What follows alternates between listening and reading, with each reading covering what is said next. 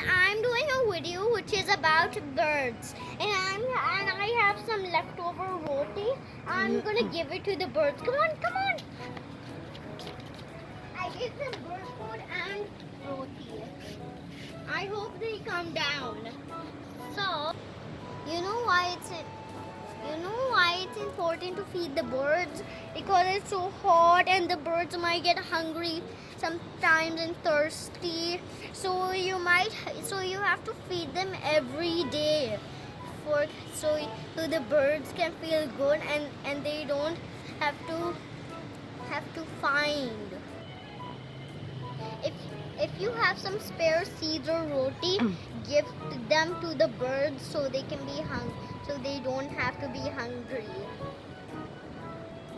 If you like this video, like and subscribe to my YouTube channel. Bye.